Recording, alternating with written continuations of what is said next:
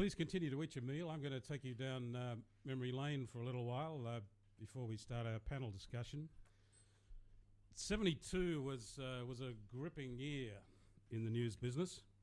Stories like the Munich Olympics terrorist raid, the election of the Whitlam government after 23 years of a Conservative government, the first instalment of the Watergate story, the yarn that inspired a generation of reporters and editors.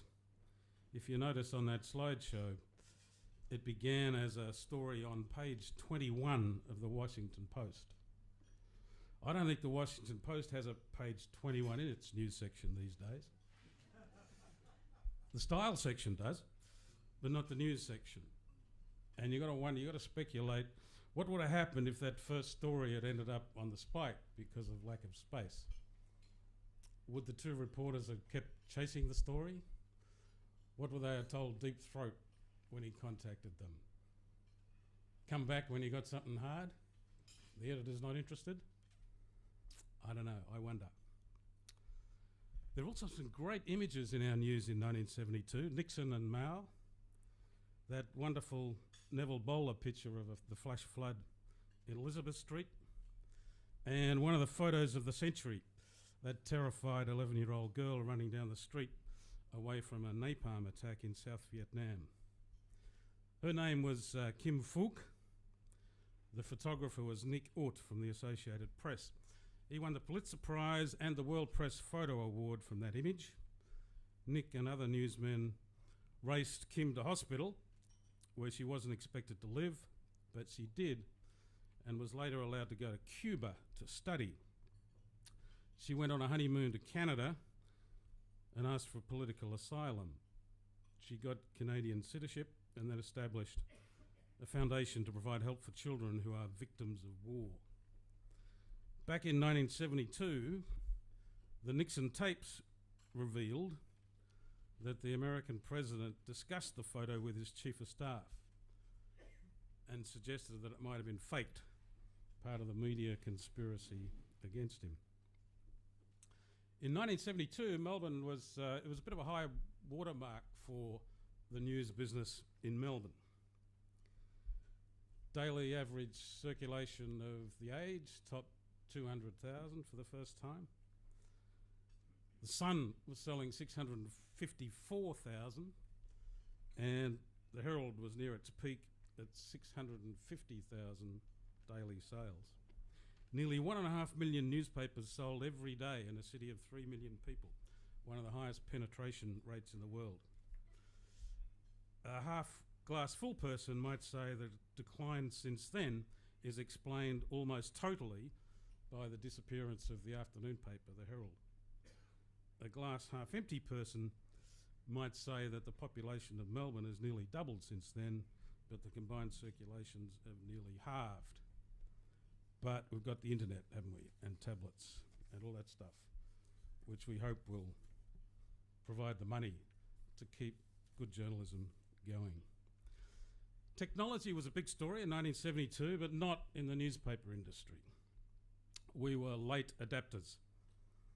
Indeed, the first computers in newspapers were not for editorial, but for classified ads.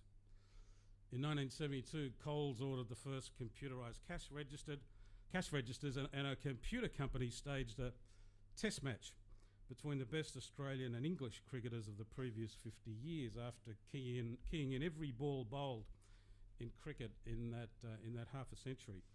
The match was played in real time with computers at Lord's and in Sydney. Bradman made 22 in the first innings and 222 in the second, and Australia won by 169 runs. It was years before computers were introduced into newsrooms. In 1972, the Chief of Staff was still typing up the daily news list with 5 sheets of carbon paper for the top 5 executives. Whoever got number 5 was usually left with a page of blue smudge. The big technology breakthrough for newspaper men in 1972 was the photocopying machine going mainstream in government offices and in companies. It made whistleblowing so much easier, to the great benefit of reporters. Before photocopiers, there were few, sometimes no copies made of important documents. You had to decide whether to rely on the notes or memory of your source, and you couldn't do that when the stakes were really high. The more adventurous sources might smuggle the document out for a couple of hours and huddle with you in the back seat of a car while you took notes. The photocopying machine was the truth serum of the 1970s. Now there's email, which makes it so easy it takes all the fun out of it. But as we've seen, there's risks there too, because emails leave footprints.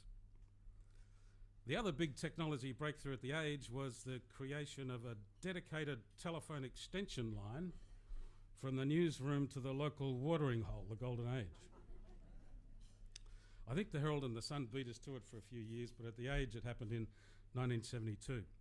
Back in those days, there was an unofficial rule that a graded journalist needed to file 30 pars before you could nick off to the pub in the evening with a clear conscience, and you could stay in still stumps as long as the office knew where you were. That direct line gave both sides of that bargain some confidence in the system. 30 pars, huh? To a young journalist at that time, that seemed a lot of copy. These days, journalists tweet that before they get out of bed. The 30 par rule led to a lot of colour writing. There were many long and poetic caption stories. Some had more paragraphs than facts, and most ended up on the spike. These days you see similar pieces as cover stories in lifestyle sections with picture bylines. The evolution of the byline has been interesting to watch over 40 years. In 1972 you had to earn them by being a specialist writer or writing in such a personal style that it demanded a byline. The issue of whether a story should carry a byline was a matter of solemn debate between the sub-editors and the backbench. The exception was sport, where you could get a byline for discovering a bruise on the left knee of the Sandringham centre-half back. Everyone wanted to write on sport. It was a byline factory, great fodder for the scrapbook. Pretty soon the byline became as routine as the headline. Then the new trophy became those little picture bylines over about 5 M's, images that only your mother could recognise. About a decade ago, we passed an important milestone in the development of celebrity journalism when we first saw the first byline where the type size of the byline was bigger than the font on the headline of the story, sending a message to readers that the most important thing about this article was not its content, but who wrote it. I think Stephen Downes' food column was the first to use that technique. More recently, we've had picture bylines where the photo of the journalist is bigger than the headline. Not just the face, but all the way down to the waist or sometimes knees in thoughtful poses like this or this. But back to waterholes. Journalists and pubs have a nexus going right back to Melbourne's early days, a nexus broken only recently by the current generation of journalists. Melbourne's first newspaper, the Melbourne Advertiser, was started by the man who established Melbourne's first hotel, John Pascoe Faulkner. The paper was handwritten for the first 10 weeks, then printed on wooden presses. Faulkner was an entrepreneur and a pioneer in marketing and using the paper to pursue his business interests. He included the price of the paper in the cost of a meal at the hotel. I don't think that'd get through the Audit Bureau of Circulations these days. And most of the ads in the paper were for his companies, and he also printed reminders for his creditors to pay their invoices. Edward Finn, the spectacular Irish chronicler of early Melbourne who wrote under the pseudonym Gary Owen, didn't have much time for Faulkner. He said of him, "The first Melbourne newspaper, as it must in courtesy be styled, is a miserable rag, a sheet of what was known as uncut foolscap, ruled and bicolumned and presenting 8 columns of very inferior manuscript matter." Elsewhere he wrote of Faulkner, "With an education of a very restricted kind, he was a voracious reader, devouring but not digesting." It was the search for a watering hole that brought the Melbourne Press Club into existence. A group of local journalists had been trying since the end of the Second World War to establish a press club like the Sydney Journalists Club with a liquor licence. All their attempts failed. Liquor licences were very controversial in those days, and no government would give them one, no matter how much they lobbied the premiers at the time. And then finally in 1971, the strategy changed and a new group formed a press club to promote social exchanges between media people, organise speeches and forums, and contribute where possible to the uplifting of professional standards. Not too far away from the present mission statement of the press club. And the first event staged by the club was a panel of editors of the three papers, The Age, The Sun and The Herald. It was held in the Melbourne room of the Southern Cross Hotel. Two of the participants are no longer with us, and nor is one of the papers. The survivor is Harry Gordon, who was editing The Sun.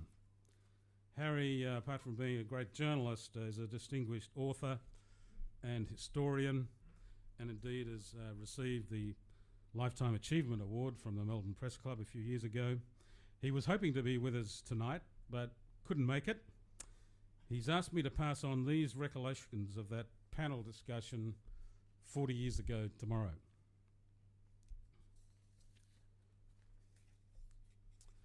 And Harry says, I'd like to be able to report that our small trio, Graham Perkin of The Age, Cess Wallace of The Herald, and myself of The Sun, were remarkably prescient with our forecasts. I doubt that we were, but it's hard to be certain. The records, unfortunately, are quite cloudy.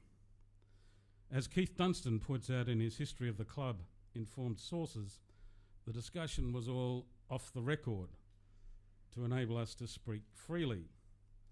Alas, somebody broke the rules. Cess Wallace's comments did appear 2 months later in the AJA journal, The Journalist. So we know that Cess expressed concern that assaults on the press were coming from all sides, from the government, from political lobbyists, and from public relations people, all trying to pull strings at the highest level. Newspapers could stand up to this, Cess declared, but he could see a time coming when there would be bigger and fewer combines. He wasn't wrong there, was he? This state of affairs, he felt, would present dangers for working journalists. As they saw the opportunities for changing their employees disappearing, would they write what they really believed, or would they write just to please the controllers of these combines? An interesting dilemma, Harry says, which he believes continues to have relevance today. None of what Graham and I had to say was leaked, and our notes no longer exist. If they do, I haven't been able to track them down. But we did both give the Arthur Norman Smith Lecture at Melbourne University and the Peyton Wilkie Deamer Lecture at the Sydney Journalists Club in a roughly similar time frame, and records of those events do exist. What we each said at those lectures offers some clues about our thinking on the big issues facing the press at that time. Separately, we were critical of the maze of obstacles standing in the way of a free flow of information. The complexities of defamation law, the vague and inconsistent rules governing contempt of court, the likelihood of privacy legislation, the prospect of a Freedom of Information Act, which many saw as the opposite, a Freedom from Information Act. Graham Perkin, like Cess, was worried about the manipulation of the press by various interests. He said in his Peyton Wilkie Deamer speech the same month, "It is easier to run a public relations campaign in this country without spending a cent than anywhere else on earth. And all shades of political opinion have exploited this ready access to our pages." Again, not too much has changed, says Harry. Graham was scathing about what he called the lazy, superficial nature of much reporting. We rely too much on certain stereotypes as to what makes a news story, and too rarely bother to ask ourselves what is really happening here. Newspaper staffs are too small to encompass anything more than modest inquiry, because many reporters aren't capable of comprehending anything more than the superficial anyhow. But he was extremely generous in his praise for political reporting in Australia, observing, "I don't think any country's political life is better or more truthfully reported than Australia's has been in the last 4 or 5 years. The Walshes, the Barnes, the Ramsays, the Oakes, the Solomons have been given a greater degree of editorial freedom than any of our critics would imagine, and have used it to give Australians a mercilessly accurate version of our political life. In my judgment, our political writing at the federal level dignifies the Australian press," said Perkin. And Harry says, "It says something about the durability of Laurie Oakes that he is the one name mentioned by Graham Perkin that has public relevance today." Graham warned, "My great fear is that unless the newspaper industry establishes some form of self-surveillance, then we will one day, perhaps soon, have surveillance imposed on us by government." I said something similar in my Sydney speech.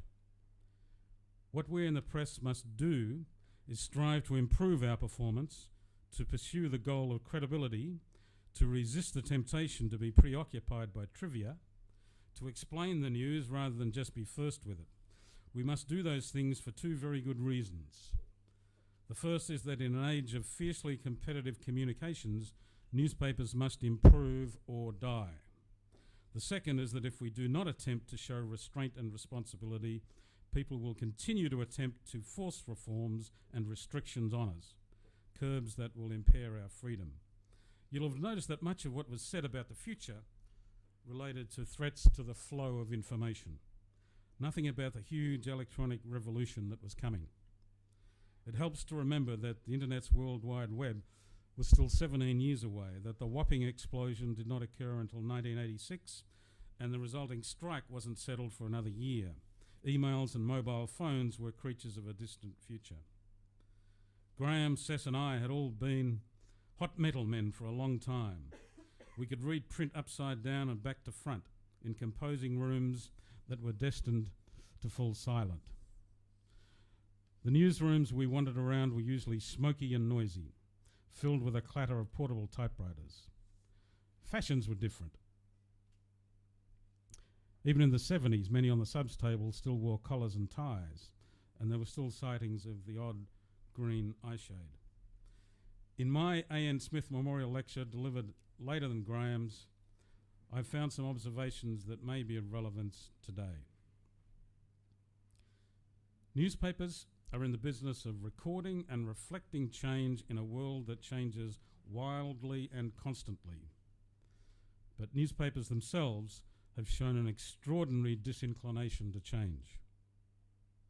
Secondly, we have watched the car take over from the horse and the steady development of aircraft, and while we've watched and recorded, our newspapers have stayed in the horse and buggy age. Thirdly, one of the faults of newspapers is that they are sometimes inaccurate. Not intentionally so, but sloppily so. If reporter error were translated into pilot error, we'd have a lot of crashes. I make this comment sadly because I regard myself as a reporter who now happens to sit at a desk. Fourthly, one of the hopes I have for the future is that a woman daily metropolitan editor will emerge.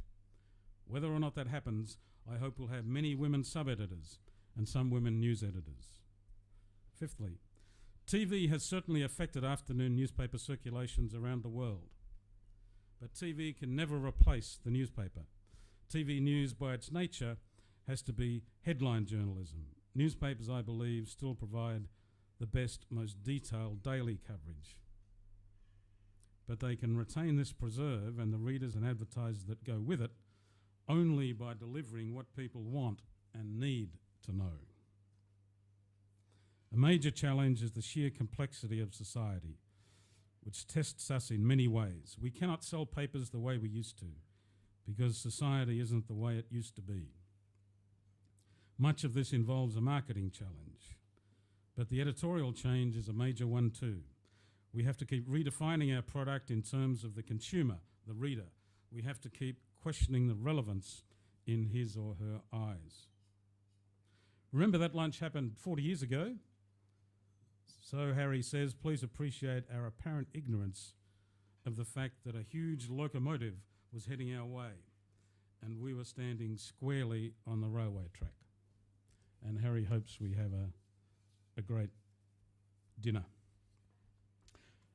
Now at this point, I'd like to ask our four panellists and moderator to come to the table to begin the panel discussion. While they're doing that, I'll just remind you of what our guest speakers, what they were doing in 1972.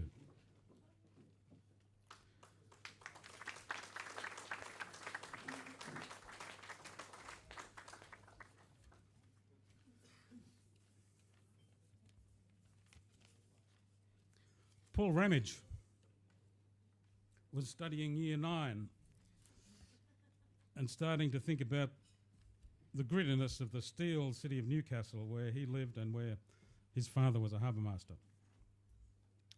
Jill Baker was at a Melbourne girls' school trying very hard to see whether she could get away with wearing her tartan skirt shorter than the regulation 2 inches above the knee, and whether anyone would notice if she snuck out of the school dance and went to the local pub.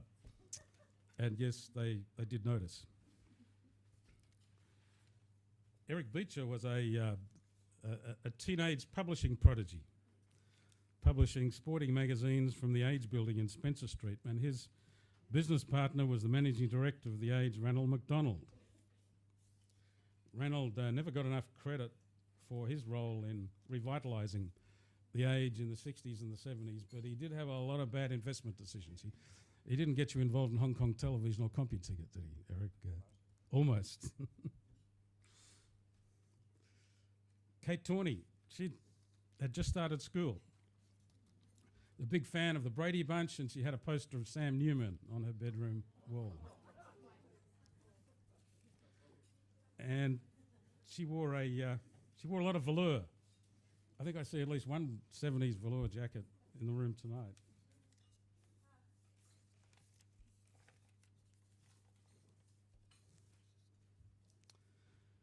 Now, Margaret Simons. I'll introduce her more formally. She was very young in 1972. I think not even a teenager. Margaret started in journalism in Waikerie, South Australia, before getting cadetship at the Age in 1982, where she spent 10 years. She made a name for herself and a nickname through her dogged pursuit of the Victorian Egg Marketing Board over the false promotion of free-range eggs, which were not really free-range. Using the fledgling FOI Act, she established a precedent on the reasonable disclosure of private details under the personal privacy exemption. And for all that work, she was dubbed Meg the Egg. Margaret later covered the Fitzgerald inquiry and once worked for Tony Fitzgerald up in Brisbane, I believe. And her reporting on the Victoria Police took us both to the Press Council, where we won. Then Meg went writing novels, followed by 2 years at the Australian, before designing the journalism course at Swinburne University. In December last year, Meg was appointed director of the Centre for Advanced Journalism in Melbourne. Eric Beecher persuaded Meg Simons to become a media commentator for Crikey in 2005. There she has discovered, like all media critics, that journalists who spend their careers holding people to account have remarkably thin skins when it comes to scrutiny of their own backyard. I don't know anyone who has written more about the future of the media in this town. She's well qualified to moderate tonight's session. Please welcome Margaret Simons to more formally introduce the panel.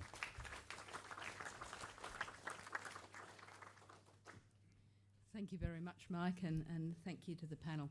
I don't think the panel need much introduction from me. I will just say that I think they probably are four of the bravest people in the industry, because if we throw forward 40 years from this night, how many of us will still be around or still able to care about whether the predictions they're about to make are correct or not, or indeed any of the predictions that I've made? But if we look down this room, down the back there to the age trainee table and a couple of other places dotted around, there are people there who will know whether or not you were right in what you say tonight. These 4 people are actually making the future. They are the ones that we will have to blame or to thank for carrying journalism forward. And so I think we're all very privileged to have with us tonight Kate Torney, Paul Ramadge and Jill Baker. Now, here's how we're going to run things. Each of them I'm going to ask to speak from where they sit for about 5 minutes. We will have time for questions at the end, but I'm going to ask you to hold your questions until we have heard from all 4 of them. I'll be keeping an eye on the time and give you the wind-up if necessary. When they've all spoken, I've got a few questions which I'm going to take moderator's privilege to ask first, and then we'll throw it open to the floor. There will be 2 roving microphones, and if you have a question, I'd ask you to raise your hand and wait for the microphone to come to you, and then say your name before you ask a question. But we're not there yet. We're at statements before questions, and I'll ask Kate to begin. Thank you.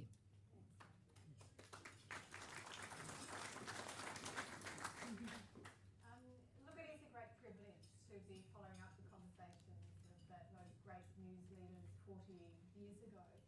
And when Mark Baker called me to invite me to be on the panel, it took me back to the time when I was actually applying for the job that I currently have. And I'm news director at the ABC, and that involves being responsible for the radio and television news bulletins, our online content and our current affairs content across radio and television. And sitting down and thinking about applying for a job like that is kind of a unique opportunity to really think in a disciplined way about what you might bring to that role, where you want to lead that organisation, where that news organisation needs to be in the years to come. And I think for all of us as working journalists, we don't take the time to sort of think about the future and to really think about the opportunities of our organisation. So that for me was despite the outcome, it was a really good process of sitting down and thinking about where I would like to take the ABC and where I'd like to work with my colleagues to bring the ABC towards. And so by the time I actually got to the interview process, I felt as though, I'd gone through a good process thinking about that myself.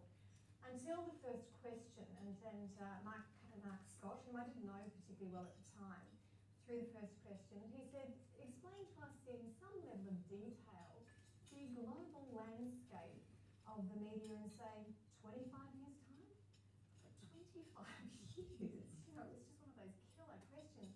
I thought I could probably go 5, maybe even stretch to 10, but 25 was just, incredible. And I think I took so long to answer that he butted in and said, do you want to start with 10 and work out from there?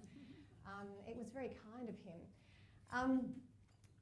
The reality is that none of us know where we're going to be in 10 years' time. And in summarising, I think, the views of the conversations that were going on 40 years ago, I think Harry Gordon asks us, when he asks us to appreciate the fact that they didn't realise the fact that a huge locomotive was heading their way and that they were standing on the tracks. In a way, the only thing that's changed for us is that we know that we're on the tracks. John Norton is a great technology commentator and academic, and he notes that the first law of technology is that we tend to invariably underestimate the short-term impact but overestimate the long-term impact. And he points to the immediate sort of focus of the printing press and the fact that at that time people couldn't imagine the long-term impact. And in a way, I think we're at the same point. We're at the immediate impact phase of new technology. There's no way of knowing for certain where it's taking us, but I think there's enough to start to give us an impression of the possibilities, enough to allow us to start to imagine where we might be heading and how innovation and new technology might be changing the way we do our journalism, how we distribute journalism, and how that might start to mature and play out. So, as requested, I will take the crystal ball, and of course I will be unavailable to return to this panel if in fact I'm completely wrong in 10 or 20 years' time. I think no doubt, like many of you, your organisations, at the ABC we have spent a fair bit of time thinking about where audiences might be in 10 years. I think 10 years is achievable. And to determine the kind of content our audiences might want and how they'll be accessing it and how they'll be consuming that content. And if we throw forward 10 years, we tend to look at a decade of entrenched behaviours and expectations around a few things. And that's around personalisation, about location-based technology, real-time interactivity, around communities of interest, and most importantly, anywhere, anytime, on any device. Personalisation, where the information is curated and delivered and collected from a range of trusted brands and sources and communities. Interactivity, sharing, discussing, curating, distributing. The audience being part of what we do and part of the distribution model that we have.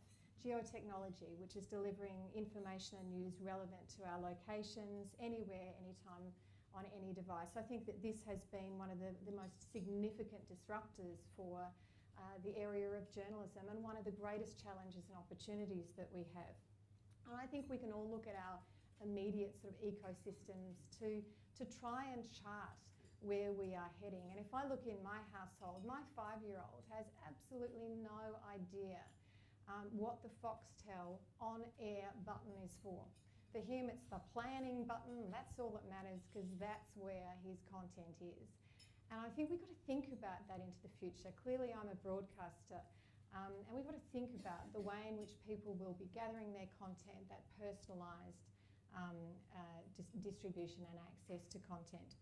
I think the surprising element in some of the conversations that we've been having at the ABC is the strength of traditional radio and television networks into the future in terms of our audience forecasting. And I think one of my colleagues points out that when you think about it, the one-to-many broadcast model delivers audiences of hundreds of thousands, if not millions, on a very good night, whereas the one-to-one delivery delivers audience of tens of thousands over a long period of time. And I think that's something certainly as broadcasters we need to take into account. I think we are in a period of extraordinary change, and I think the danger and challenge for us as news leaders and as media leaders is to focus too much on the technology, trying to map where it's heading, its impact, and not enough time on nurturing and growing the principles that have always underpinned really great journalism. And I think Harry underestimates a bit the foresight of the conversations that were happening 40 years ago, the observations that those men were making about the passion for the craft, the fierce defence of the need for inquiring minds in journalism, and an absolute disdain for trivia and superficiality in journalism. It's as true now as it will be in 40 years' time. I think that clear commitment to pursuing goals of journalistic credibility are as important now as they will be in 40 years' time. I think it's terribly important to talk about the future, and I think it's important to build, the greatest thing we can do is build agility and an acceptance of the need to change within the organisations that we lead. And I think Harry alluded to that notion that at that time newspapers perhaps didn't have a culture of change that could forecast where things were moving towards. I don't know where the global media landscape will be in 10 years or in 20 years, but I'm pretty confident that beautifully crafted stories and probing investigative journalism and public interest reporting and strong and trusted news brands will be very much part of the landscape that the table at the background, at the back of the room will be leading. Thank you very much, Kate. I would agree with you that when we're embracing change, the things that stay the same are probably at least as important. Next, I'll call on the Age Editor-in-Chief, Paul Ramadge. Thank you. Well, thank you very much for the invitation to be with you.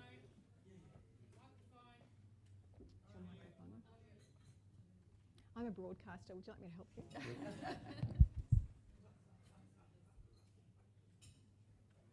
Have a go now. How's that? Great, thank you. First point I'd like to make is that modern media requires collaboration, and you've seen it in practice here tonight. Thank you for the invitation. I think it's important, this discussion, and my point it will be punchy all the way through. And you know, I think you all know the major issues facing our industry, but there's no harm in distilling them. There's no harm in repeating them. And from my perspective, they can be summarised quite quickly. The first one is transformational change. News is now consumed in real time, not at some preordained time set by media organisations. We're all switched on. We're 24/7. Anyone can plug in at any time, and anyone can create content. In a sign of the times, mobile phones are much more than communication devices. They teach us, they wake us, they remind us, they entertain us, and God damn it, they carry our DNA. We are enthralled by and captive to the internet, the power of Google and other search engines, the utility of personalised aggregators, the ubiquity of mobile technologies, the titillation of social media, the simplicity of self-expression, and the thrill of sharing. The old mass media paradigm died some years back, and we are now transitioning, and some would say hurtling, towards a digital, virtual future that requires us to understand much more about audiences, what they like, what they read, their preferred devices, and how much information they consume. The new world is not just about content, it's about conversations. It's about recommendations, it's about communities, it's about innovation. Power has shifted. Today we pull content towards us just as much as we push it out. And media consumption has been revolutionised. Facebook, just about 8 years old, is the world's third biggest community behind the populations of India and China. But inventions and trends can be incredibly transitory. Mobile is now overtaking the web. Social media is overtaking email. Twitter is underwriting regime change. iPads are stealing TV viewers. Apps mean that nobody really sits on a train or a tram and looks out the window anymore. And the innovations just keep on coming.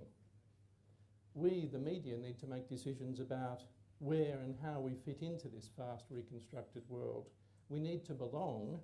We need to demonstrate our credentials, to be trusted thought leaders. We need to stand up for our craft, for our words, for our images, and for our ideas. And of course, one of the big questions that we know is who pays for this?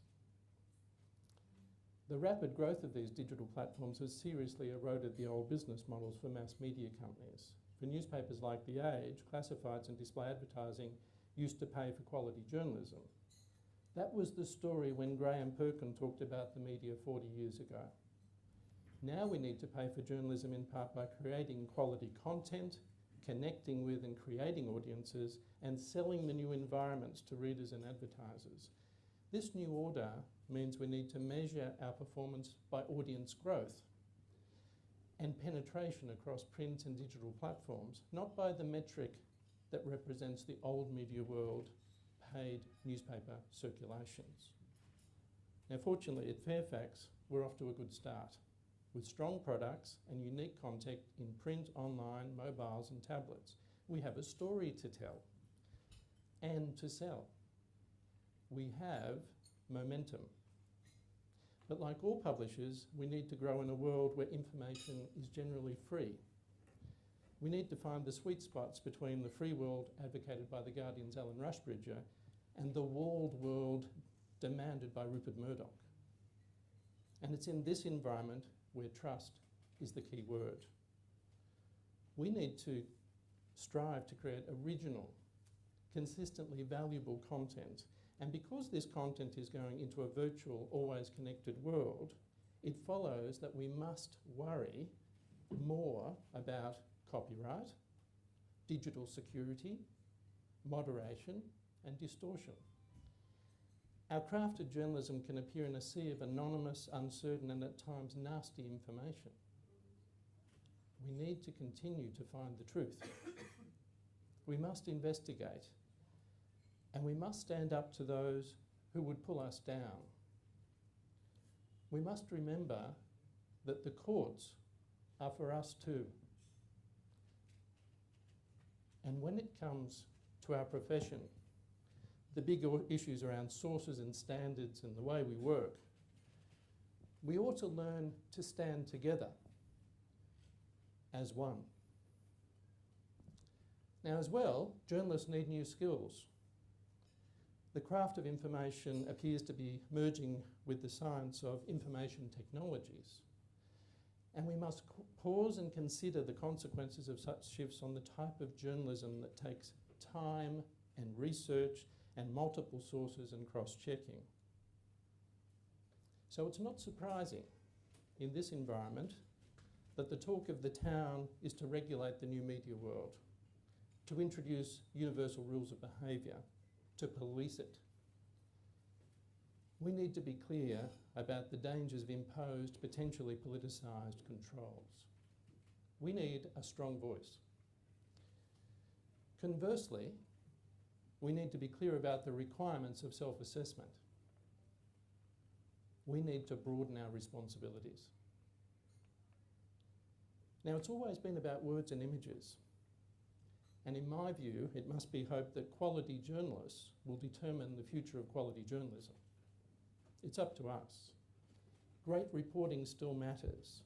So do pictures, still or moving, so does thought leadership. But in all of this, I'd certainly like to say there are a lot of bright spots as well. My view is the greatest opportunity is to embrace and respond to the digital world. And I know it sounds like such a twee statement, embrace and respond to the digital world. But it's an imagination. Can we make journalism richer, more rewarding, more accurate, more relevant? And if we can, it's a good thing. We need to understand technologies and the platforms that support it. We need to analyse audience trends and publish the right content on the right platform. Imagine this. We have an opportunity to determine what is fast, on-the-move news and what is deep, armchair news. We have an opportunity to ask readers for ideas and input. Imagine deconstructing the strengths of Facebook and Reddit and Instapaper and Twitter, just to give a few examples, and work out how to use them to connect with more people. Imagine having more conversations, more reader-generated content, and even thinking a bit more laterally, how about a bit more fun? How about some more interactivity? What we can't do, in my view, is move away from great journalism. Investigations, special reports, unique news and commentary. These pieces can appear on any platform. And the opportunity is to add new dimensions to that journalism. Videos, graphics, documents, audio files, plus ways for readers to respond. But the trickiest part, what's going to be like 10 years from now? If the fragmentation, transformation, and rabid entrepreneurialism of the past 10 years is a guide, we should forget about predicting where will we be in 10 years' time. 1 month seems like a hellishly long time right now. 2 years is industry altering. But here goes anyway. Digital journalism will dominate. Readers and viewers will pay for content that has unique value. Newsrooms will be smaller, more focused, more aware and responsive to audiences. So much information these days is fast. Time-stamped news breaks and updates, results and live feeds and tweets and texts and teasers. It's there, it's gone. It's there, it's gone. Instant gratification. A decade on, fast news will be even faster, omnipresent, delivered by newfangled technologies we can't yet imagine. There'll also be more tailored, personalised, aggregated, served up on a silver spoon delivery of things that you like. But in 10 years, in my view, readers will still go looking for trusted, independent sources of information. The 18-year-olds of 2022 will want analysis and commentary on political, economic and social development and trends. Now, newspapers are likely to be smaller and more targeted. And it's likely that there are going to be fewer mainstream media companies, more joint ventures and partnerships, more sharing, more curation and aggregation of segmented audiences. Generations raised on social media will be baffled when baby boomers, still hooked on 70s music, reminisce about how news was gathered in the past. But they will see great merit in the new journalism, with reporters communicating with lots of people simultaneously, conversing, connecting, collaborating, verifying, refining, and building stories well beyond their own reporting. And in all of this, in this new world, there'll still be time to dream about what journalism will be like beyond 2022. Thank you.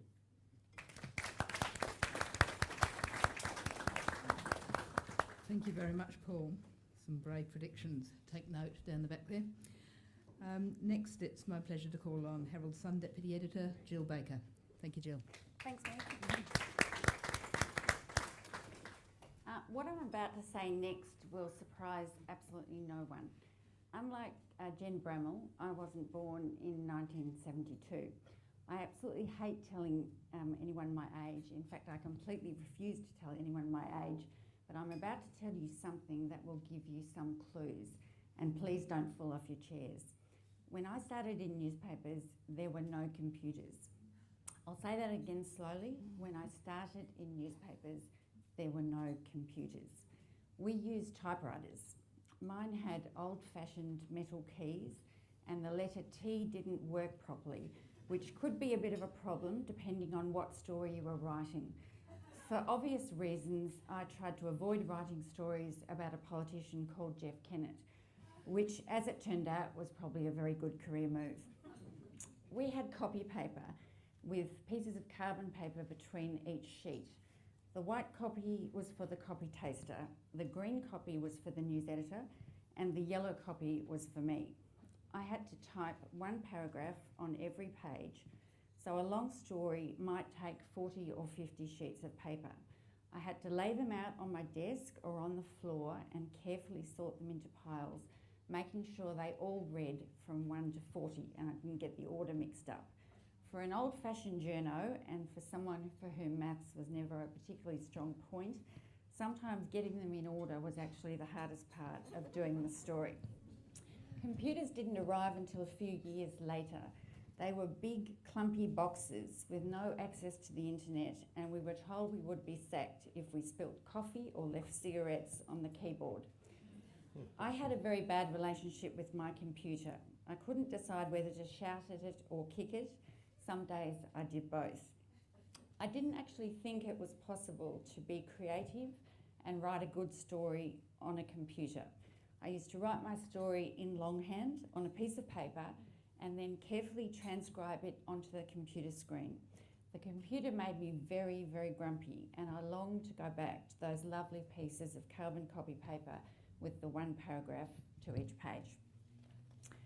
So why am I telling you about this? I'm telling you about this because although the way we do journalism has changed radically in the past 40 years or so, we've gone from typewriter to computer, from compositor to Twitter feed, from one edition a day to the 24-hour news cycle, I believe that the good journalism that we do hasn't actually changed much at all.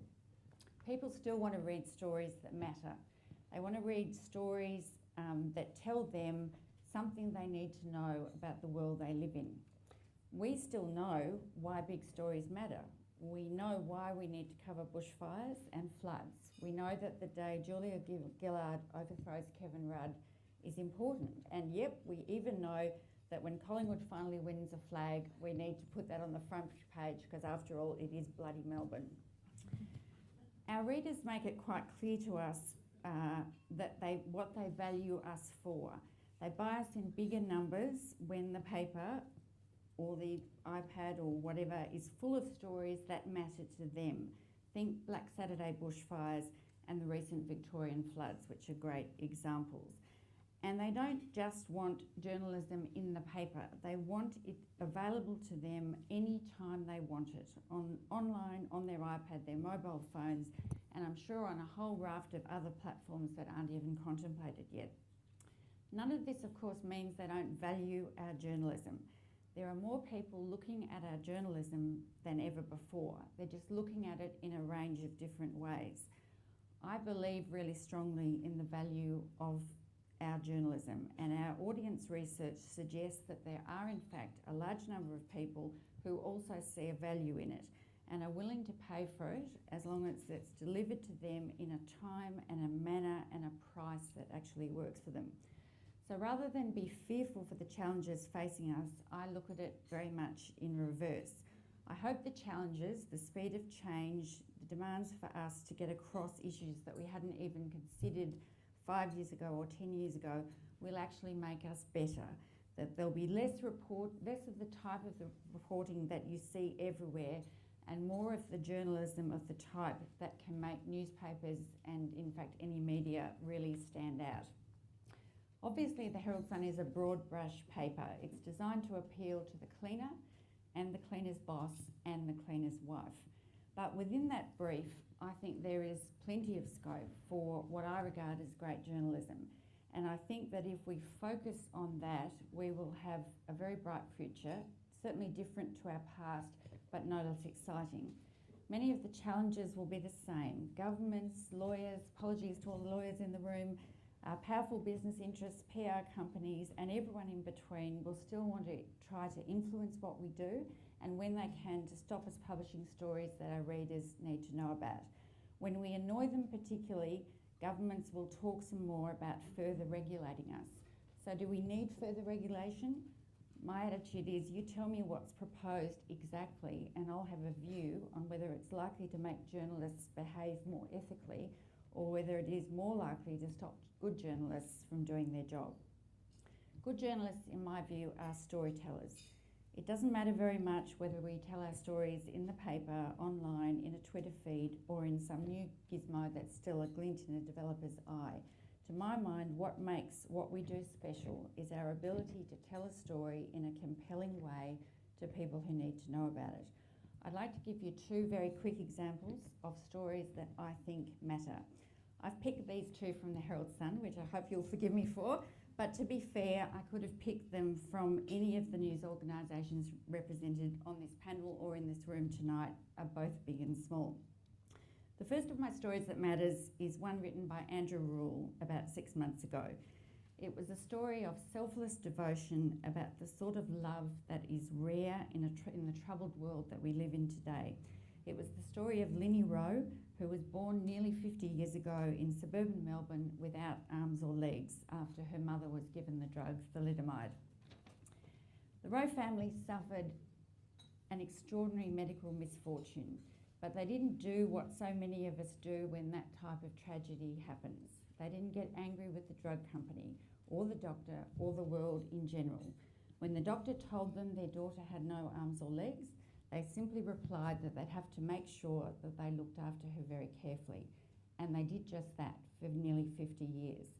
They loved Linny for the great person that she is and got on with living life as best they could. I count that as a story that matters. And the Herald Sun continues to cover the Rowe family's legal battle for compensation from the German manufacturers of the drug. The second story that matters was an investigation by Ruth Lampert into cancer cases among CFA staff and volunteers that worked at the CFA Training Centre at Fiskville in country Victoria. That story, which we ran across page 1 and 4 pages inside, was the result of a painstaking and careful investigation into the significant number of cancer cases among people who had handled chemicals in the 70s and 80s at the site. These were people who loved the CFA and could never imagine ever saying anything against the CFA. They were very reluctant to come forward publicly and criticise the CFA for lack of action on their health concerns. What happened at Fiskville, in my view, is an important story. It would have been important 40 years ago. It will be important in another 40 years. People have died, others are seriously ill, and no one knows whether they or their children need to be regularly checked for cancer or other serious illnesses. I believe that how the government responds to our investigation and whether it takes action actually will give us some clues to the sort of society that we really live in. These stories represent, I think, very much the sort of journalism that will keep us relevant and valued in a very fast-changing world. To have more of that in Australia's media, I think, is our biggest opportunity. And that brings me to my view of what I think the biggest threat is. And that is that the biggest threat, I think, is that we don't hold on to our nerve about doing journalism that matters. We have to remain committed to the sort of storytelling that we do well, and understand that while our way of communicating with our readers is changing and changing very quickly, that's most things about what makes a good story haven't actually changed very much at all. It's a huge challenge, but something that I believe we can do and do well if we never forget why we all fell in love with this great profession all those years ago. We need to do exactly what Harry Gordon and Cess and Graham Perkin talked so eloquently about all those years ago. We need to shine light in dark places. We need to find out things that PR people don't want us to expose. We need to hold governments to account. And I think if we never lose sight of what makes us special about doing that I'm confident we'll still have a great future in doing terrific journalism, journalism that matters for the next 40 years. Thank you. Thank you, Jill. Well, there's some consistent themes coming up there. Eric Beecher is our last speaker. Eric, as most of you know, is with Private Media Partners, which is the publisher of Crikey. He's also involved in smartcompany.com, Business Spectator, Eureka Report, Climate Spectator, a range of others. Thanks very much, Eric. Thank you. Will I press them? Will I press? Sure. You're right.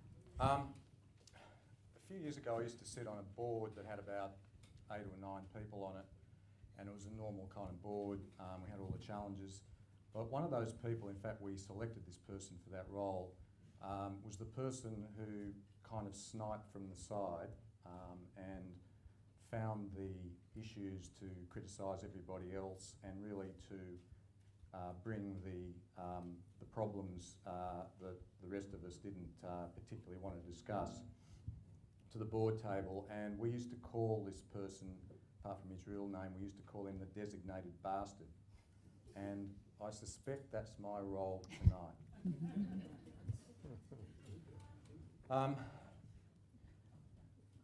I thought that Harry's almost final comment in his little piece that Mike read out, please appreciate our apparent ignorance of the fact that a huge locomotive was heading our way and we were standing squarely on the railway track, in my view, was the most significant thing that he said. And I think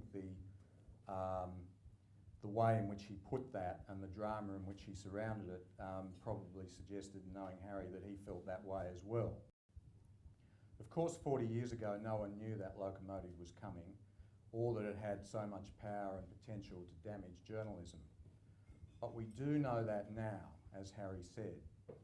And yet, even with that knowledge, I'm amazed at how so few people at the top of traditional media or establishment journalism in this country can bring themselves to publicly and openly recognise the scale of crisis that's besetting their industry, our industry, or much more importantly, to respond to the crisis as a crisis. And I say this as someone who fervently believes that quality journalism is a fundamental plank of our society and must be preserved, and not as someone whose business may benefit from the demise of old media. That's not where I'm coming from. Because here's the truth. The funding model for quality newspaper journalism has collapsed. The advertising revenue that used to pay for that journalism is moving, and to a large extent has moved, to the internet, but not that part of the internet that is run by the people who produce the quality journalism. There's a kind of media guru in America called Clay Shirky. Not everybody agrees with his prognostications. He's a sort of media futurist. And I've always felt that the way he explains what's going on is as graphic and I think as prescient as almost anybody. And this is the way he explains it. The expense of printing created an environment where Walmart was willing to subsidise the Baghdad Bureau. This wasn't because of any deep link between advertising and reporting, nor was it about any real desire on the part of Walmart to have their marketing budget go to international correspondence. It was just an accident. Advertisers had little choice other than to have their money used that way, since they didn't really have any other vehicle for their display ads. We might add classified ads there. That the relationship between advertisers, publishers and journalists has been ratified by a century of cultural practice doesn't make it any less accidental. Print media does much of society's heavy journalistic lifting. This coverage creates benefits even for people who aren't newspaper readers, because the work of print journalists is used by everybody, from politicians to district attorneys to talk radio hosts to bloggers. The newspaper people often note that newspapers benefit society as a whole. This is true, but irrelevant to the problem at hand. You're going to miss us when we're gone has never been much of a business model. What really disturbs me about much of the debate about the future of journalism in Australia is that it continues to cling to the idea that good journalism, the stories and the things that we've just been hearing about, which I support 100%, is so inherently important that it will survive because it has a moral right to survive. The reality is that it won't survive, or at least not with the resources it needs to do its job properly, unless a new funding model or models can be found. There should be a crisis mentality at the top of Australian print journalism, as there is at the top of American and British journalism. When the editors and the publishers of newspapers like The Guardian or The New York Times get up in public and talk about these issues, they confront them face on and they acknowledge that they may not survive. They acknowledge that they may not have print newspapers in a few years. They acknowledge that their companies might go broke. Instead, here in Australia, there seems to be a sense of inevitability about what will happen to good journalism. And all that can or needs to be done by the incumbents is tweaking and window dressing and trying to put a price on online journalism when it's clear that the majority of the public won't pay. Pretending it's not a crisis doesn't mean it's not a crisis, especially when almost every intelligent person who looks at the trends and the metrics and the logic sees a crisis. Thank you very much, Eric. And thanks to all of our panel. Now I've got one question for each of you, that is one for each of you, not one that I want you each to answer, before I throw it open to the floor. And I'm going to be really unfair. I'm going to try and ask some tough questions and also ask you to answer briefly. So that's just the way it is, I'm afraid. First of all, to you, Kate, when the ABC was first established, it was because Australia then was in an era of media scarcity, and there was felt to be a justification for a call on the taxpayer's purse to support a media organisation.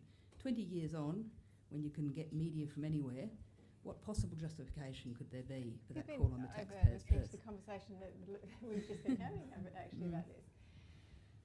It's a stitch up. Yeah, that's right. Absolutely. I think if we look at the kind of journalism that is offered by the ABC in current affairs and news across broadcasting, I think that it is unique to the media landscape. I don't think that any other organisation is offering the kind of radio current affairs that the ABC commits to, and that's completely understandable. What organisation is going to, commercial organisation is going to fund a program like Four Corners? What commercial organisation is going to fund a program like Foreign Correspondent? It is increasingly difficult. I think that the points Eric raises are significant points. And I think a commitment to independent quality journalism is absolutely critical. So the notion of having a commitment to that kind of journalism is a justification for ongoing commitment to taxpayer-funded journalism. I'll leave others to ask the follow-up questions. Paul and Jill, the same question for both of you. You've talked about not seeing the locomotive coming, and I was also very interested that both Harry Gordon and Graham Perkin talked about the Australian Press Council effectively, or what it became, the need for effective self-regulation. If you had been able to foresee the federal government's independent media inquiry and the likelihood following that of increased regulation, what would you have done to try and make the Australian Press Council more effective?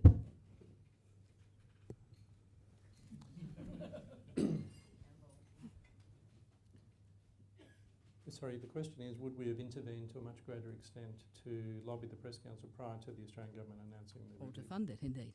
Oh, we do fund it. Yes, I know, but increase the funding. Sorry, is the question about funding or about what would we do What to would you improve? have done to Yeah. improve the effectiveness of the Australian Press Council? Yeah. I'm pausing because it's a multi-dimension question, and it, in my view, requires a multi-dimension answer. The Press Council has many flaws in its current structure. I think there are many aspects of it that I think need a detailed review. The extent to which the industry itself is represented, the extent to which the public is represented, the type of public members who have become representatives, the type of issues it deals with, whether it's a toothless tiger, it has some firmer ways of dealing with serious errors of judgment that occur in the media. There are issues that then carry forward into the review about the appropriateness of government funding and what that may or may not do to its supposed independence. There are issues about probably nobody's trained to go onto the Press Council. People just kind of turn up and sit in judgment. So we talk, we're in an industry where training's sacrosanct to produce good journalists. How do we produce good members of a Press Council? And how does that compare with best practices internationally? So in terms of what we could have done more directly prior to the review, I think both Fairfax and News were quite active in putting their views about where the Press Council was up to and making suggestions prior to the review. And the review's yet to fully play out. So we've both made submissions. So in raising that multi-dimension set of things I just said, it gives you an indication of, we felt that there was a lot of work to do in a lot of different ways. We're still a young country with a comparatively, young press council, so it needs review anyway, was our view. Okay, again, I'll leave the follow-up questions if there are any for others. Jill, you had time to think about that one. If I can just look at that question in a slightly different way, and I hope you'll forgive me for that, but the Press Council is one way that people choose to complain to or communicate with any sort of media organisation about something that they are unhappy with about some element of journalism that has been published. There are actually lots of other ways, and I think it's not just the Press Council that needs to actually get better and have better members on it and better ability to make decisions and so on. Newspapers need to be really good at how they respond to complaints from people, and I think with a lot of the new media, our relationship with our readers is actually a very different relationship. It's a much more vibrant relationship, it's actually a much closer relationship, and it's a very fast-moving relationship, so that people can tell us virtually instantaneously what they think about this, that and the other, and that can be published. So it's not something that necessarily takes 3 months to sort of go through this bureaucratic process and end at the other end. And I actually think, so the Press Council I think is one element of it, but I think there are actually lots of other ways, and hopefully increasing ways, where people can communicate very directly with the people that run newspapers if they have a concern or a complaint. I have to say, I don't think either of you have answered the question, but I'll leave that for others to follow up. Eric, for you, Crikey, of course, isn't a member of the Australian Press Council and you have said in the past that you wouldn't be for the moment. Sorry, that better? I was just saying to Eric that, of course, Crikey is not a member of the Australian Press Council and has said in the past that it wouldn't be. What sort... Is that better? Okay. What sort of industry self-regulation scheme would Crikey be prepared to be a member of, if any? No, I think Crikey's perfectly happy to become a member of the Press Council. I think we did it this week. Oh, or next okay. week. So, well, News to me. yeah, I think we're just about to do it. None of us had any objection. It's just that there wasn't a kind of mechanism for small online companies like ours to, you know, in terms of fees and... is that better? I just said that Crikey has no problems about becoming a member of the Press Council. I think he's about to do it this week or next week, and it was really just getting the mechanism for smaller online publishers to be able to do that. Okay, well, that was news to me. Okay, well, I won't hog the microphone anymore. If you could put your hand up if you want to ask a question, and please do wait for the microphone. First of all, it's that gentleman in the blue shirt down the back there. And if you could just say your, name. We can ignore the interjector over here. He's well-meaning, but Barry Donovan, a long-time member of the Press Club.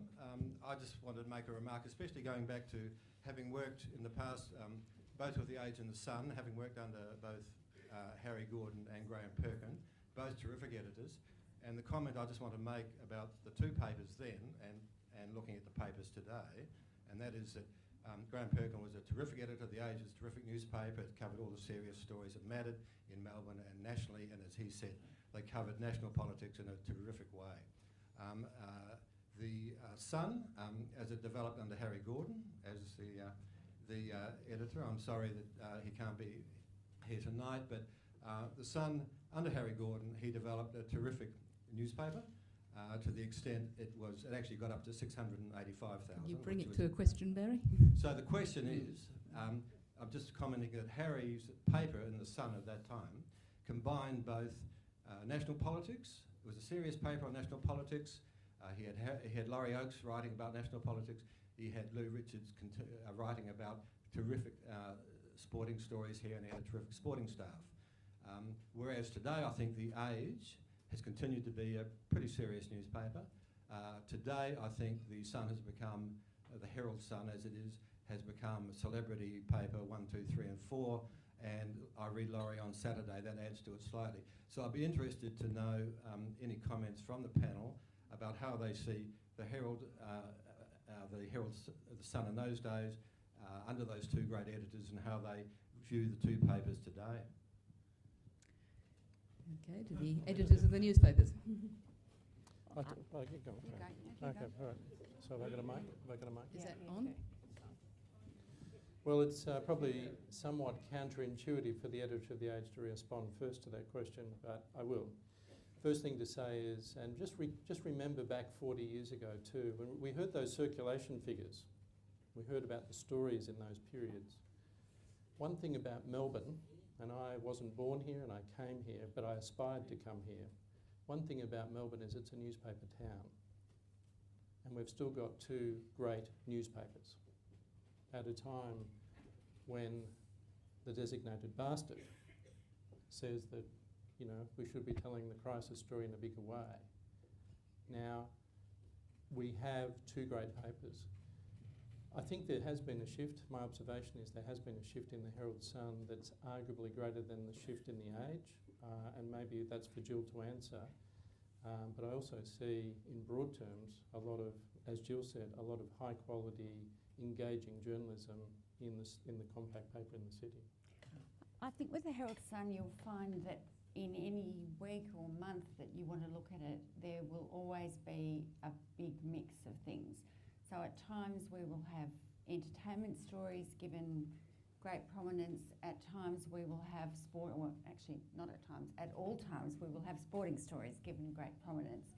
And I don't find that there's anything about the Herald Sun that means that you cannot do quality, good journalism that matters in it. That's actually what I do at the paper, and I do it week in, week out. And we have managed to attract some of Australia's best journalists, people like Andrew Rule, who are very comfortable to come to the Herald Sun and do the brand of journalism for which they have won so many awards. And that brand of journalism fits in absolutely perfectly with the new Herald Sun. So I understand the nature of the question, but I'm afraid I just don't agree with it. I think we do lots of journalism that matters, and we do it on a very regular basis. Doesn't mean we can't have fun, doesn't mean we can't talk about Collingwood winning the flag, none of those things. We do all those things, but we also do journalism that actually is important for Melbourne and Victoria. Okay, the next question was on table 1, I think. Yep. Dennis O'Kane, 3AW. My question is to Paul Ramadge, but before that, I couldn't help, it is Valentine's Day, isn't it? And we have on our table a separation. Typical journalism. To Paul, really, how can Fairfax replace those rivers of gold that we used to talk about in the Graham Perkin era, which allowed quality journalism, which brought in millions of dollars? Fairfax was a big money earner in those days. In reality, how can you replace that? And can you? Yes, good. On again? Yep. There were 2 or 3, I thought, excellent articles this past week on international forces at play in the media industry. One was about the New York Times. I think they've cut 35% of their costs in the past few years, and the story was about the incredible shrinking New York Times. Despite all the cuts and what have you, it's still shrinking. Another one was about the Washington Post. After the collapse of its education business that was partly funding the paper, the extent of, as Eric rightly says, the crisis was exposed, and the Washington Post, admitting it's really, really tough. It's how you start the analysis of the future when you look at Fairfax that I think is the important bit. I think if you start it with how can it be like it was, I think it's highly problematic. I don't think you can start the discussion about the future of Fairfax by saying, can you make it 1972, please? The world, and that's been the point that I think's been made up here quite forcefully tonight, the world is so different. How Fairfax is rebuilding, and it is partly a public document under Greg Hywood, is we are looking to build new businesses that can fund the journalism of the future, partly transactions, partly a mixture of acquisitions and organic growth within the business in non-journalistic ways. And to the extent, will it come back to what it was? I doubt it. It's going to be a digital world in the future as well. So it's going to be a different business. It's going to be a different media organisation. And it'll be across a lot of platforms, as is The Guardian, The New York Times, The Washington Post, etc. Okay, we have a question right down in the back panel there. Thank you. Jim Clark is my name. My question is to all of the panel, but it sort of follows on from what I think were quite profound comments that Eric Beecher made. I think back to 1972, and in 1972 the Herald produced brilliant journalism. The Sun News Pictorial had wonderful journalism. Graham Perkin had brought The Age out of its lethargy and is being taken note of around the world. Things started to change for a whole lot of reasons, but perhaps epitomised by Fred Hilmer's attitude to journalists providing comment in the Fairfax publications. But I now see that with The Age, there's stick-it notes in the middle of the masthead. There's half-page wraparounds that go down half of the cover. On the Herald Sun, there's full-page ads on page 2 and 3. In 1972, there was a real situation of church and state. It wasn't questioned, it was respected by all. Today, in this commercial world, is the notion of church and state extinct? Who wants to take that one first?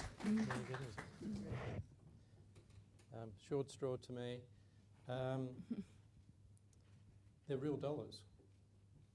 The question I ask about those things that come across my desk too, half-page wraparounds and the things you mention, is to what extent does it compromise the editorial? To what extent does it compromise journalism?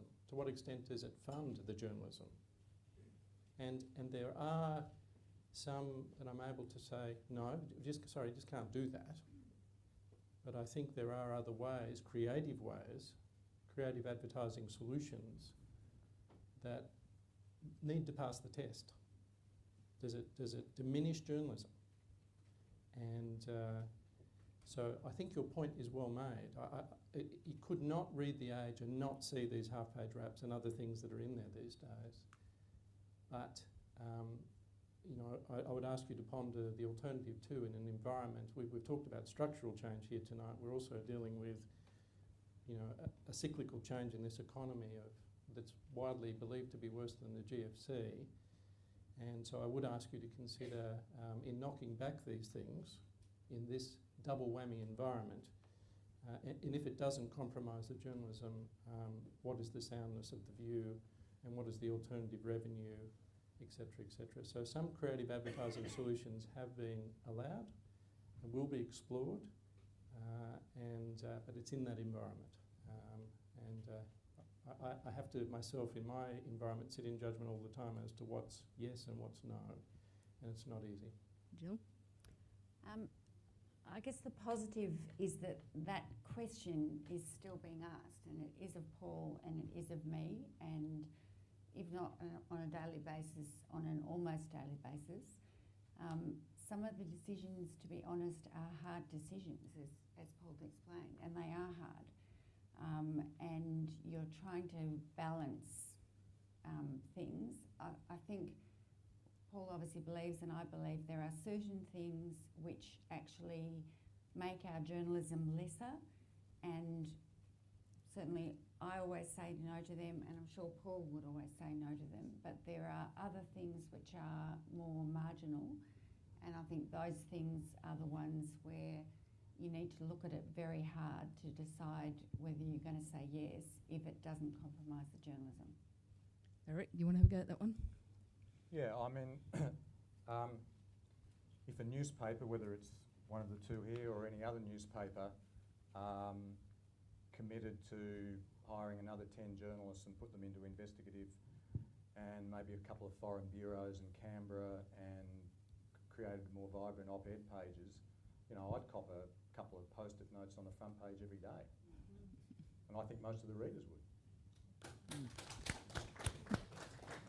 And Kate, your church and state is kind of different, isn't it? Yeah, and you know, we acknowledge at the ABC that we are in an incredibly privileged position, and yet at the same time we are also facing the kind of changing audience demands that my colleagues are facing, and therefore the requirement to do more with less is one that we tackle every day. But I absolutely understand the pressures that the commercial media are facing, and we are in a very different position.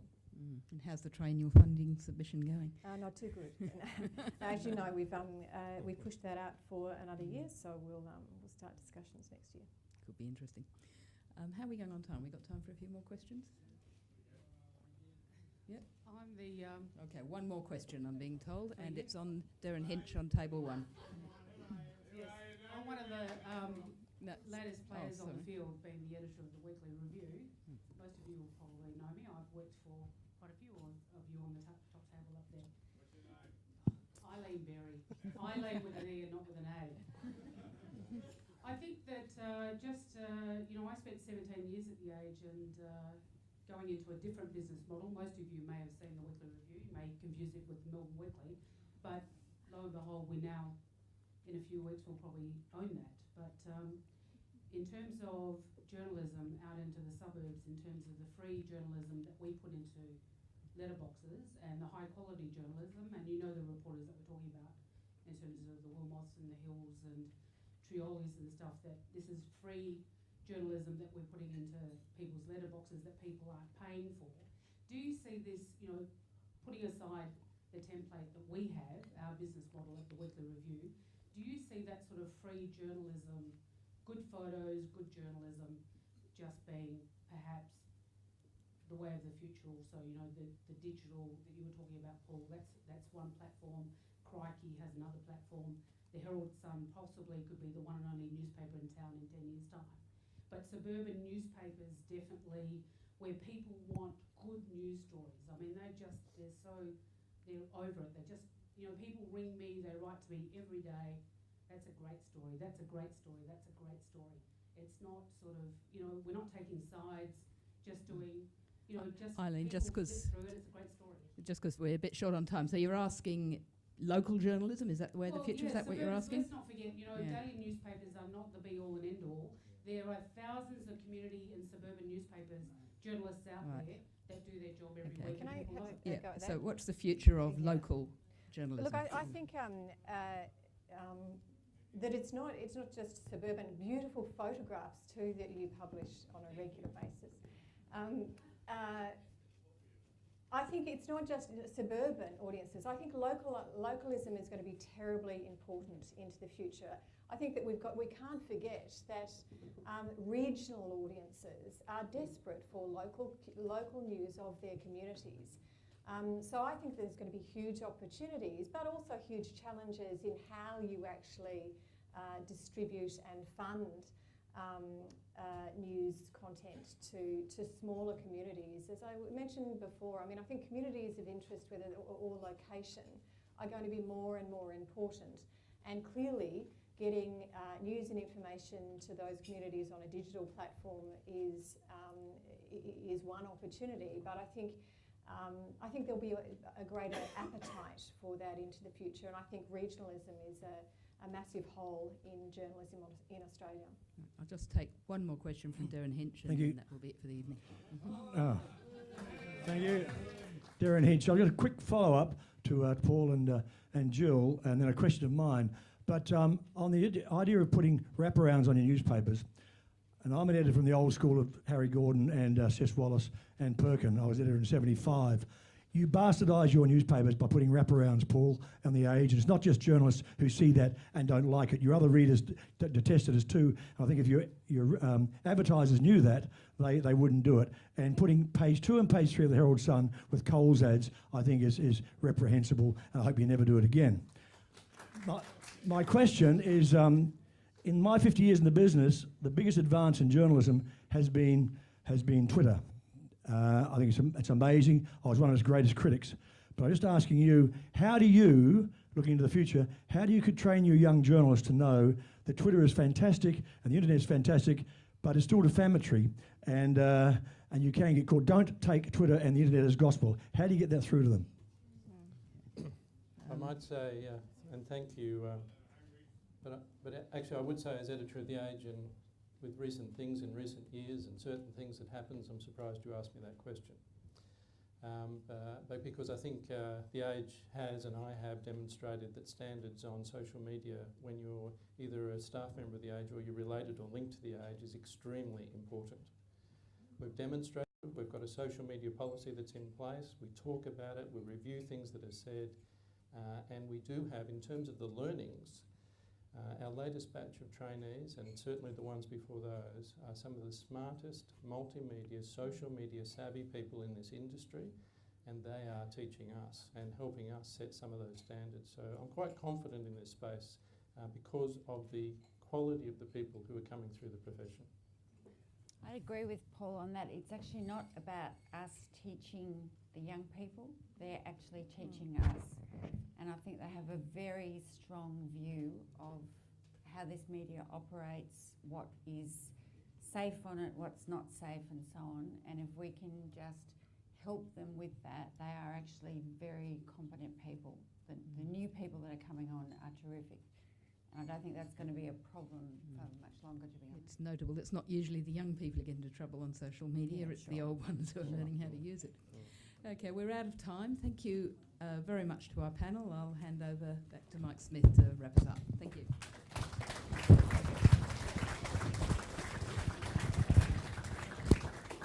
Thanks, Meg. I think if our 1972 editors were here tonight, they would agree, I know Harry does, that the best of today's journalism is better than the best of 1972 and better than ever.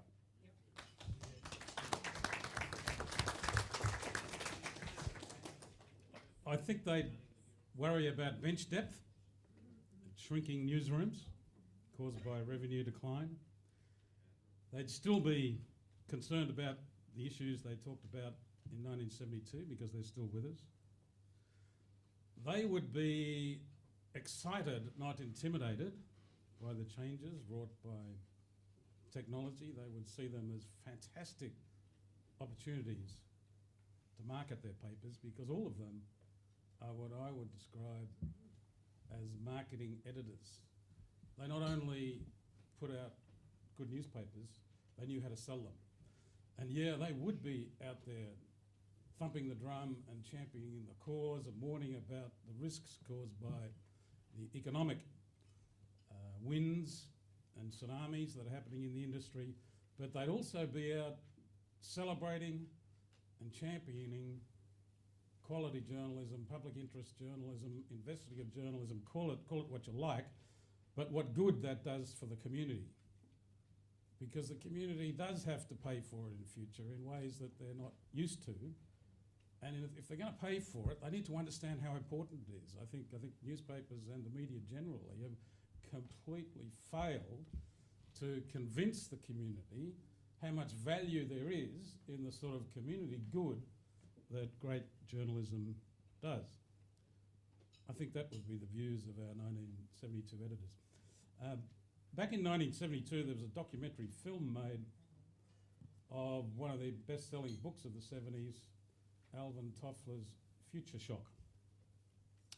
The book was first published in 1970. I think it sold about 15 million copies around the world. It was written by Alvin Toffler in a journalistic pop psychology approach that was very readable, and the thesis was that the pace of change in all its forms in the world was disorienting people. They were suffering undue stress and confusion because of their inability to adapt quickly to change.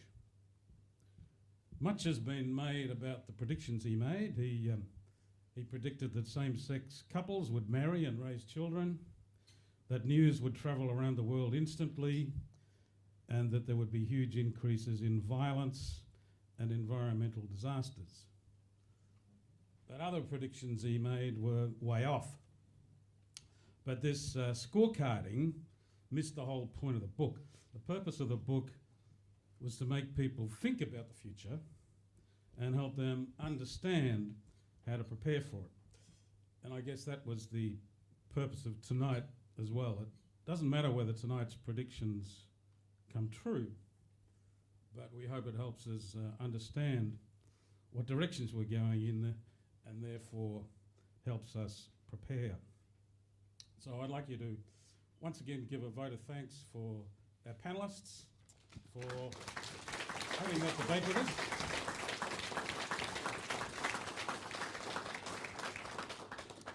I wish the club could afford a 40-year-old port or a 40-year-old single malt, but on your way out you can collect a bottle of something at least reasonable. And for all of you there, please continue to enjoy your drinks for a while. There's a free movie ticket on the table and a Press Club 40th birthday show bag on the way out of the staircase. Thank you for coming, and don't forget the quills on the 23rd of March, and watch the website for other events.